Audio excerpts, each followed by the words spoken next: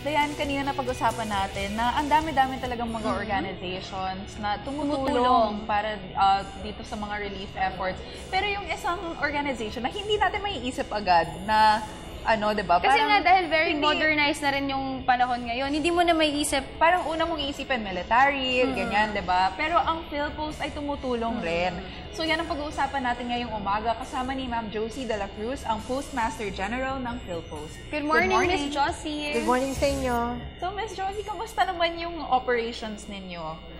Well, as of this moment, as I'm talking to you, at least ang aming mga sasakyan, hopefully, ay makakarating na ng Allen Samar. Dahil yung tatlo na 6-wheelers na kasama ng convoy na umalis ng Tuesday ng gabi has already reached Allen Samar.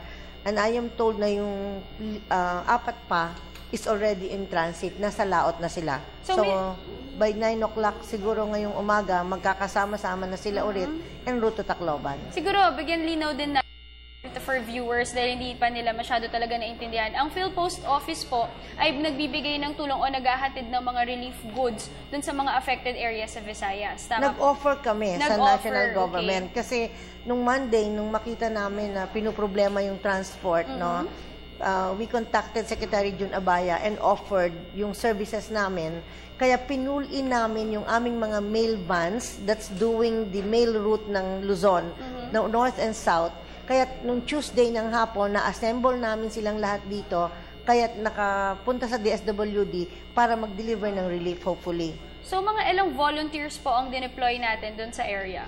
Actually, ang bawat isang sasakyan namin, may 3 tauhan namin. So, there's at least 21 plus 2 managers namin na pinaka-team leader. So, 23 of them ang lumakad. May daladalang around 8,000 relief items from DSWD. Wow. And na-mention niyo po kanina na meron rin kayong advantage bilang PhilPost dahil nga memorize niyo yung mga routes. And kayo rin yung gumawa during elections, meron po kayong presence. Nung nakaraang barangay elections, fortunately, kami ang inassign ng COMELEC to do the logistics, yung mag-deliver ng balota and election paraphernalia for region. So, familiar ang mga tao namin to fly by land yung ruta na yon. Kaya nga, nung nakita namin nagkakaproblema, kami na ang kumontak sa DOTC para sabihin, baka gusto nyo kaming gamitin, willing kaming tumulong.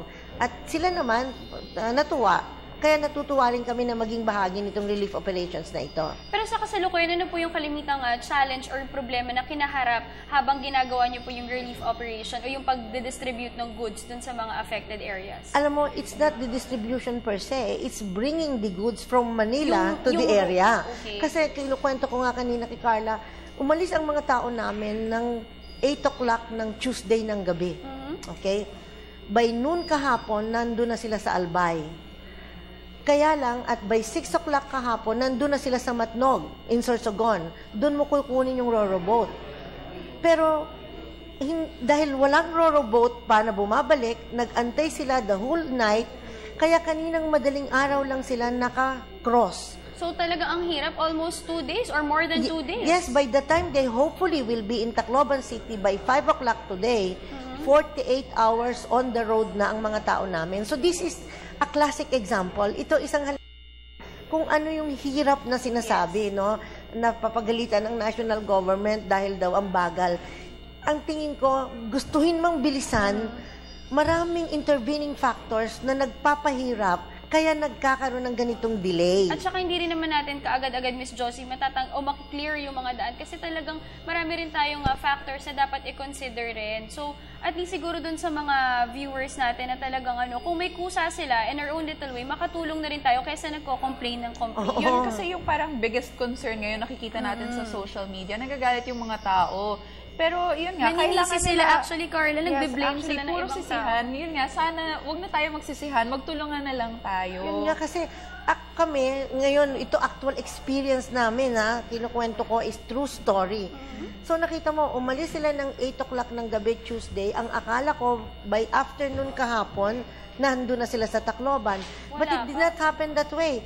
Mahigit 10 oras na nandun sila sa Matnog, nag-aantay. In fact, hindi sila sabay-sabay na i-load sa Roro. Kaya ang nasa Allen Samar pa lang ngayon ay yung 3 pa lamang naming sasakyan. Yung 5 nasa Laot pa en route to Allen. So mag-aantayan pa may convoy and everything, ayaw naman naming maghiwa-hiwalay sila. So that pinakamaaga, dadating sila ng Tacloban mamayang hapon. And not only that, limited lang din syempre yung dala-dala nilang goods. So kung Yes. magpapadala ulit, another more than 2 days na naman. Akala ko nga kung gaano karami na yung pwede naming dalhin. Dahil 2 10-wheelers at 5 6-wheelers. But they can only carry about 8,000 relief items dahil ang isang relief item is 9 to 10 kilos. Okay. So, about 8 tons ang dala nila, pero mga 8,000 lang yon. Eh, di ba ang sinasabi, 60,000, 50,000 ang kailangan. So, you can imagine, paano Walang-wala mong pa dadalhin, di ba? May madadalang goods, pero yung pagdala ang malaking problema. And ngayon, yung isang main concern is also yung mga ilang vans ay hina-hijack daw, nilulute. Well, we hope meron not. ba kayong escort na Yes. kasama? May escort na. Thanks to the ILG, binigyan nila ng escort ito at may kasama rin actually yung DSWD personnel. Nakihitch na sila sa amin. Kasi pagdating naman talaga dun sa Tacloban, sila naman ang in charge ng relief operations. Actually, in fact, yung PTV News mismo natin, binuksan sila akala ng goods, tapos in-explain nila na nandun sila to cover kung ano yung nangyayari. Siguro kahit anong ban na dumating, ang akala Talagang na nila. tatanungin nila. Kami, we had another team na umalis naman kagabi. Ang dala-dala naman ng team na yun ngayon are our relief items para sa amin namang mga empleyado. Kasi it is to our interest rin na mag-gather na ulit sila para makatulong rin ngayon sila dito pa sa mga post-relief operations dahil yung pag-identify ng mga tao, paghanap sa mga tao, yung kasing kartero, familiar sila sa area at kilala nila yung mga tao. So we are hoping in our own little way makatulong pa rin sila. Unfortunately kasi ang post office namin sa Tacloban at sa Ormoc na nasa waterfront may damage. Kaya mag-a-assess kami ng extent ng damage sa amin. But as soon as ready na rin kami to be mobilized to help support the government. Pero Miss Josie, ang good news dyan, kasi dun sa mga kababayan natin na nag-aalala nasa ibang bansa, meron kayong libre kung gusto nila magpadala ng pera. Sa Italy yon, dahil on the initiative ng Post Italiane, nakapartner ng PhilPost, magbibigay kami ngayon ng libreng serbisyo na makapagpadala ng remittance from any post office in Italy to our post offices here in libre. Okay. Para ho serbisyo na rin natin sa ating mga kababayan. Pero of course, meron rin kayong offices in the other affected areas. Kamusta naman po sila? Yun nga yung kailangan naming ma-inventory ngayon. Naging napakahirap dahil nag-collapse ang communications, di ba? Kahit naman may cell site na, walang kuryente. So, hindi ka rin maka-charge ng phone. Kaya ang mga tao namin may dala-dala ngayong pang-charge ng cellphone na na-charge mo from the battery ng sasakyan. So, ito yung mga maliliit na bagay na napaka-importante actually.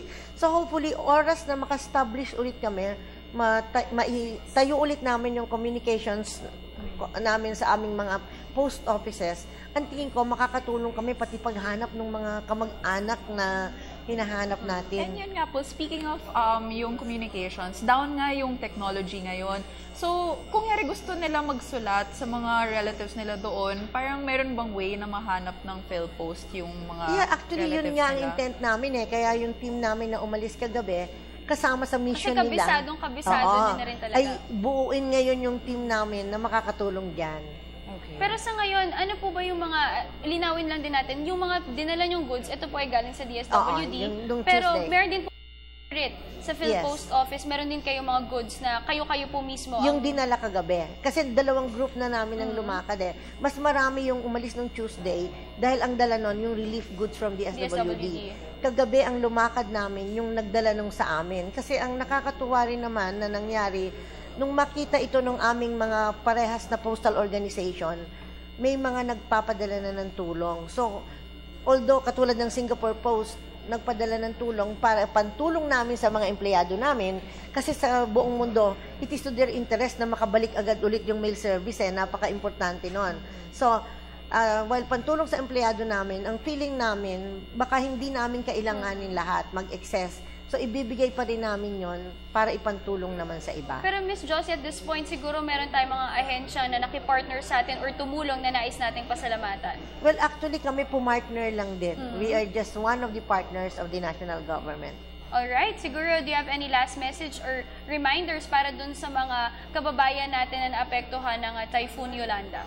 Actually po, dun ho sa mga nasa affected areas, kung pong kayo ay malapit din sa post office, we also advise you na puntahan na lang po yung post office na yon, ninyong maiparating sa inyong mga kamag-anak that you are safe and sound para ho makababa na ito, makabawas sa pag-aalala at pagmumroblema ng ating mga kababayan.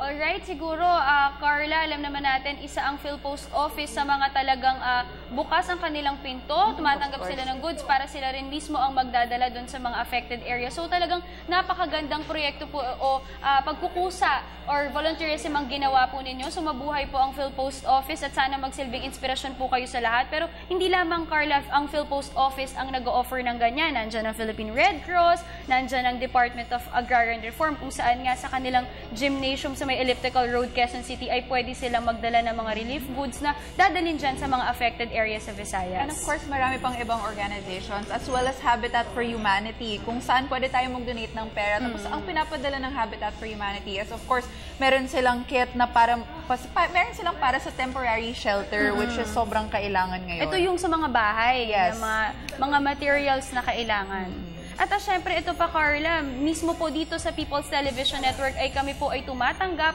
ng in cash or in kind na donasyon para po ihatid dun sa mga nabiktima nga po ng Typhoon Yolanda. And of natin mag-volunteer, most schools and churches na ay nag-hold ng relief operations ngayon. So, pwede nyo naman i-search with #ReliefPH para makita ang complete list kung saan kayo pwede tumulong. So thank you so much. Once again, that was Ms. Josie De La Cruz, ang Postmaster General ng PhilPost. Thank you so much for joining us this morning. At ngayon naman, syempre,